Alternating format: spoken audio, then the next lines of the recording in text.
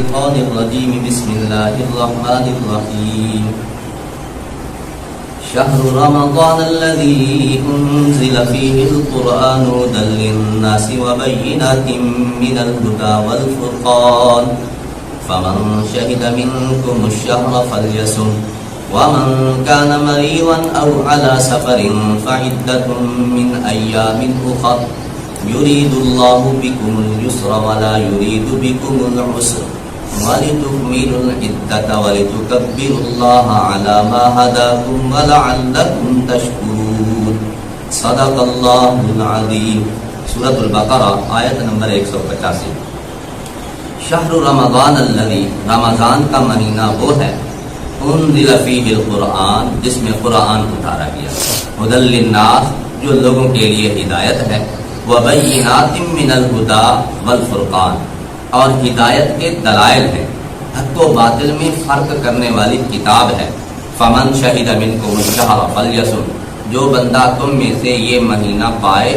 وہ ضرور روزے رکھے ومن کان مریضا جو مریض ہے او علی سفر یا مسافر ہے فعدۃ من ایام اخر وہ دوسرے دنوں سے گنتی پوری کرے یرید اللہ بکم اليسر اللہ تمہارے ساتھ آسانی چاہتے ہیں ولا یرید بکم العسر اللہ تمہارے ساتھ دشواری کا ارادہ نہیں رکھتے وَلِتُكْمِلُوا الْعِدَّةَ تاکہ تم گنتی پوری کر لو وَلِتُكَبِّرُوا اللَّهَ عَلَى مَا هَدَاكُمْ اللہ نے جو تمہیں ہدایت دی ہے اس پر رب کی بڑائی بیان کرو وَلَعَلَّكُمْ تَشْكُرُونَ تاکہ تم احسان مانو۔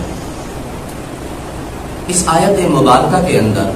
رمضان کے مہینے کی فضیلت بتائی جا رہی ہے کہ رمضان کا مہینہ یہ اتنی عظمتوں والا مہینہ ہے کہ اس مہینے میں رب نے قرآن اتارا ہے۔ رمضان عظمتوں والا مہینہ، رمضان برکتوں والا مہینہ،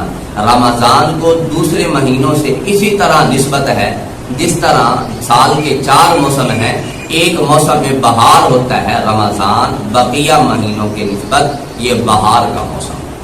روایت میں آتا ہے رمضان کا پہلا عشرہ رحمت، دوسرا عشرہ مغفرت، تیسرا عشرہ جہنم کی آگ سے آزادی کا ہوتا ہے۔ ایک روایت میں آتا ہے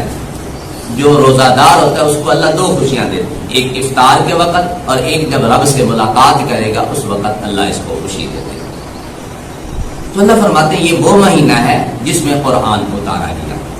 اور اس میں تو یہ آیا قرآن اتارا گیا۔ روایات میں آتا ہے کہ جتنی اللہ کی کتابیں سب اللہ نے رمضان میں۔ ایک روایت میں آتا ہے جو صحف ابراہیم ہے، قرآن میں پڑھتے ہیں صحف ابراہیم و موسیٰ، جو صحف ابراہیم ہے ابراہیم کے صحیفے، حضرت ابراہیم علیہ السلام کے صحیفے یہ 1 رمضان کو اتارے گئے، اور پھر حضرت موسیٰ علیہ السلام پہ جو کتاب اتاری گئی تورات 7 رمضان، اور جو حضرت داؤد علیہ السلام پہ زبور اتاری گئی 9 رمضان، اور پھر حضرت عیسیٰ علیہ السلام پہ جو انجیل اتاری گئی 13 رمضان، اور قرآن مجید جو رمضان میں اتارا گیا 25 رمضان۔ ایک روایت اس سے قدر مختلف آتی ہے، حضرت جابر کی روایت ہے، اس میں زبور کے بارے میں آتا ہے کہ جو زبور کتاب ہے یہ 13 رمضان کو اتاری گئی، اور جو انجیل ہے یہ 19 رمضان کو، باقی روایت اسی طرح۔ دیکھیں قرآن بھی اتاری گئی اور کتابیں بھی اتری، اور جتنی کتابیں اتری ہیں وہ ساری یک بار کی اتری کہ اللہ نے ایک ہی دفعہ ساری کتاب اتاری، یہ صحیفہ مکمل۔ جو قرآن اللہ نے اتارا وہ اللہ نے یک بار کی نہیں اتارا۔ یہاں تو رمضان میں جو آیا نا رمضان کا مہینہ وہ جس میں قرآن اتارا گیا، یہ یک بار کی بھی اتارا گیا، ایک دفعہ اکٹھے بھی اتارا گیا۔ ایک حضرت عطیہ ہے وہ کہتے ہیں مجھے شک پڑا کہ اللہ نے قرآن میں فرمایا کہ رمضان کا مہینہ وہ جس میں قرآن اتارا گیا، اور میں نے دیکھا کہ رمضان کے مہینے کیا ہر مہینے میں، محرم میں، سفر میں، ربیع الاول ہر مہینے میں قرآن اترا ہے۔ تو کہتے ہیں میں نے حضرت عبداللہ ابن عباس نے سوال کیا، آپ توجہ میری طرف کریں، حضرت عبداللہ ابن عباس سے سوال کیا کہ یہ کیا ہے؟ قرآن میں تو انا انزلناہ فی لیلۃ القدر بھی ہے کہ ہم نے اسے لیلۃ القدر میں اتارا۔ اللہ نے قرآن میں دوسری جگہ فرمایا انا انزلناہ فی لیلۃ مبارکہ، ہم نے اسے ایک مبارک رات میں اتارا۔ ادھر آیا ہم نے اسے رمضان کے مہینے میں اتارا، اور قرآن مجید میرے نبی علیہ السلام پہ تو ہر مہینے میں اترا ہے۔ حضرت عبداللہ ابن عباس نے فرمایا جو رمضان کے مہینے کے اترنے کی بات ہے، لیلۃ القدر کے اترنے کی بات ہے، ایک مبارک رات کے اترنے کی بات ہے، وہ اللہ نے لوح محفوظ سے آسمان دنیا پہ جو اتارا ہے، آسمان دنیا پہ ایک مقام ہے بیت العزت، اللہ نے جو لوح محفوظ سے بیت العزت پہ اتارا ہے وہ صرف اور صرف ایک رات میں اتارا، وہ لیلۃ القدر میں اتارا ہے، ایک رات میں اتارا ہے، رمضان المبارک میں اتارا ہے، اور بقیہ جو اللہ نے میرے نبی علیہ السلام پہ قرآن اتارا وہ اللہ نے ہر دن میں، ہر گھڑی میں، جیسے جیسے ضرورت پیش ہے میرے رب نے قرآن اتارا۔ اچھا، یہ اب اگلا سوال کہ بقیہ کتابیں تو اکٹھی اللہ نے دے دی، قرآن کو اللہ نے تدریجاً بدریجاً تقریباً 23 سال کے عرصے میں نازل کیا، فرق کیا؟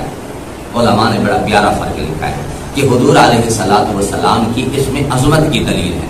کہ حضور اتنی عظیم شخصیت ہے، لہذا جب کوئی مسئلہ پیش ہے حضور اس کتاب کے اندر ڈھونڈتے نہ رہیں، جیسے کوئی مسئلہ پیش آتا میرا رب اس وقت قرآن کا حکم ہوتا۔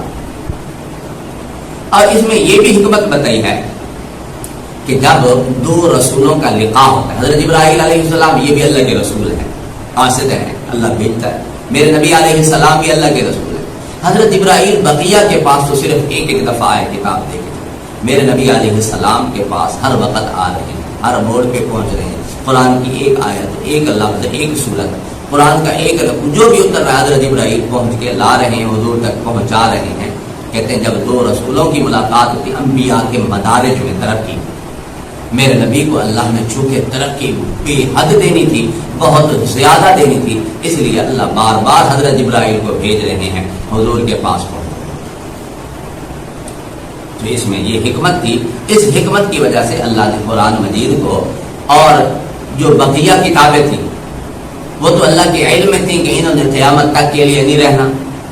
اور یہ کتاب قرآن اللہ کے علم میں تھی اس نے قیامت تک کے لیے رہنا ہے، لہذا اللہ نے تھوڑے تھوڑے احکام ایک ایک حکم کر کے، ایک ایک آیت، چند آیات کر کے اتارا تاکہ لوگوں کے سینوں میں محفوظ ہوتا رہے، یاد ہوتا رہے۔ اس لیے قرآن کو یک بار کی نہیں اتارا گیا، تھوڑا تھوڑا کر کے اتارا گیا۔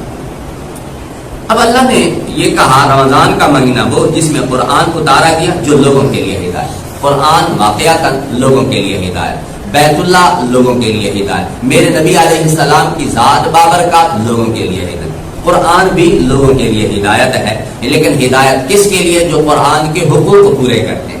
قرآن پر ایمان لائیں، قرآن کو پڑھیں، قرآن کو سمجھیں، قرآن پر عمل کریں، قرآن کی آگے تبلیغ کریں، جو قرآن کے حقوق پورے کرتے ہیں قرآن مجید ان کے لیے واقعتاً ہدایت ہے۔ اور پھر اس میں ہدایت کے دلائل ہیں، تھوڑا سا غور کریں تو پتہ چل جاتا ہے قرآن مجید نے جو حکم دیا ہے بالکل حق اور سچ دیا ہے۔ حق و باطل میں یہ فرق کرنے والی کتاب ہے، جائز ناجائز، حرام حلال میں یہ فرق بتلانے والی کتاب ہے۔ اب اللہ نے حکم دیا جو تم میں سے یہ مہینہ پائے رمضان کا، اسے چاہیے کہ اس مہینے کے ضرور روزے رکھے۔ پچھلی آیات میں گنجائش تھی کہ اگر کوئی بندہ طاقت بھی رکھتا ہے، چونکہ نیا نیا حکم آیا تھا لہذا حکم یہ تھا اگر طاقت بھی رکھتا ہے، نہیں رکھتا چلو کوئی بات نہیں، فدیہ دے دے۔ اب یہ حکم آگے اب گنجائش نہیں ہے، اب تمہارے پاس دو آپشن نہیں ہے کہ چاہے مرضی رکھو مرضی آئے تو نہ رکھو، فرمایا جو بھی اس مہینے کو پائے وہ لازماً روزہ رکھے۔ رمضان سے پہلے عاشورہ کا روزہ امت محمدیہ پہ فرض ہے، جب رمضان کے روزے فرض ہوئے عاشورہ کی فرضیت ختم ہو گئی، لہذا اب رمضان کے روزے، لیکن اب بھی عاشورہ کے 2 روزے اس کے رکھنا یہ ہمارے لیے مسنون ہے۔ میرے نبی علیہ السلام مدینہ ہجرت کر کے تشریف لے گئے، یہود کو دیکھا کہ وہ لوگ عاشورہ کا روزہ رکھتے ہیں 10 ماہ۔ میرے نبی نے پوچھا تم لوگ کیوں روزہ رکھتے ہو؟ انہوں نے عرض کیا حضور اس لیے روزہ رکھتے ہیں کہ اسی دن میں حضرت موسیٰ علیہ السلام کو فرعون سے نجات ملی تھی، فرعون اسی دن غرق ہوا تھا، اس کا لشکر غرق ہوا تھا، ہم شکرانے کے طور پر روزہ رکھتے ہیں۔ میرے نبی علیہ السلام نے اپنے صحابہ کو فرمایا کہ اگلے سال ہم بھی عاشورہ کا روزہ رکھیں گے کیونکہ ان سے زیادہ ہم حضرت موسیٰ کو ماننے والے ہیں، لیکن ہم یا تو 9ویں کا ساتھ ملائیں گے یا 11ویں کا ساتھ ملائیں گے تاکہ ہماری اور ان کی مشابہت لازم نہ ہو۔ اور رمضان کے روزے سے پہلے جو اولاً روزے فرض ہوئے تھے، جو اولاً روزے فرض وہ اس طرح کے روزے نہیں تھے جس طرح آج ہم رکھتے ہیں۔ روزوں میں 2-3 تبدیلیاں، پہلے عاشورہ کا روزہ فرض تھا، پھر رمضان کے روزے فرض ہو گئے۔ رمضان کے روزے جو فرض ہوئے پہلے جو یہ حکم تھا کہ جب تم روزہ افطار کر لو اگر آنکھ لگ گئی اب دوبارہ تم سحر نہیں کھا سکتے، اب اگلے دن شام کو پھر افطار کریں۔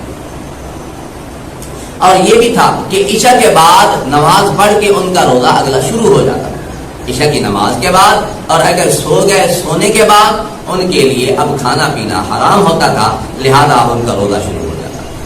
میرے نبی علیہ السلام کے ایک صحابی ہیں، دن کو کام کاج کیا کرتے تھے، ایک دن شام کو آئے، روزہ افطار کیا، کھانے کے لیے کچھ نہیں تھا، بیوی نے کہا میں کھانے کے لیے کچھ لاتی ہوں، آئی تو خامن سو چکا تھا۔ اگلے دن کام کاج کرتے کرتے خامن بے ہوش ہو گیا، اللہ نے نرمی فرما دی، صبح صادق سے پہلے پہلے کھا پی سکتے ہو۔ اور رمضان کی راتوں میں پہلے پہل بیویوں کے ساتھ مباشرت کرنا بھی حلال نہیں تھا، اللہ نے یہ حکم دے دیا کہ اب رمضان کی راتوں میں تم اپنی بیویوں کے بھی قریب جا سکتے ہو اور صبح صادق سے پہلے پہلے تم لوگ کھا پی بھی سکتے ہو۔ اللہ نے فرمایا جو مریض ہے یا مسافر ہے اس کو یہ گنجائش دی جاتی ہے، وہ چاہے تو رمضان کے روزے رکھ لے، چاہے تو بعد میں گنتی پوری کر لے، اس کو دونوں آپشن، چاہے تو روزہ رکھ لے اگر سفر اس کے لیے آسان ہے، مشکل ہے۔ دیکھیں میرے نبی علیہ السلام کے صحابہ کہتے ہیں ہم ایک سفر میں حضور کے ساتھ تھے، کچھ لوگ روزے سے تھے، کچھ لوگ روزے سے نہیں تھے۔ جو روزے کے ساتھ تھے وہ دوسروں پر عیب نہیں لگاتے تھے، جنہوں نے روزہ نہیں رکھا ہوا تھا وہ روزے داروں پر عیب نہیں لگاتے تھے۔ یہ دونوں آپشن موجود ہیں، مرضی آئے تو روزہ رکھ لے، اگر مرضی نہ آئے تو روزہ نہ رکھے۔ اسی طرح ایک صحابی کہتے ہیں کہ ہم حضور کے ساتھ رمضان میں ایک سفر پہ تھے، اتنی شدت کی گرمی تھی، سوائے دو حضرات، ایک میرے نبی نے روزہ رکھا ہوا تھا، ایک حضرت عبداللہ ابن رواحہ رضی اللہ تعالی عنہ نے روزہ رکھا ہوا تھا، بقیہ کسی حضرات کو روزہ رکھا تھا۔ اللہ نے گنجائش دی ہے، جو مریض ہے یا مسافر ہے وہ دوسرے دنوں سے گرے۔ اور مرض کون سا؟ مرض کون سا؟ اسپیشلسٹ ڈاکٹر اگر حکم دے دے، بتا دے کہ اگر یہ روزہ رکھے گا اس کے روزہ رکھنے سے مرض بڑھ جانے کا خطرہ ہے یا اس کی جان کو کوئی خطرہ ہے، ایسا مرض جو ہے اس مرض میں گنجائش ہے کہ ایسا مریض روزے نہ رکھے۔ اللہ نے فرمایا اللہ تمہارے ساتھ آسانی چاہتے ہیں، دشواری نہیں چاہتے۔ میرے نبی علیہ السلام نے ایک روایت میں فرمایا ان الدین یسر، دین تو آسان۔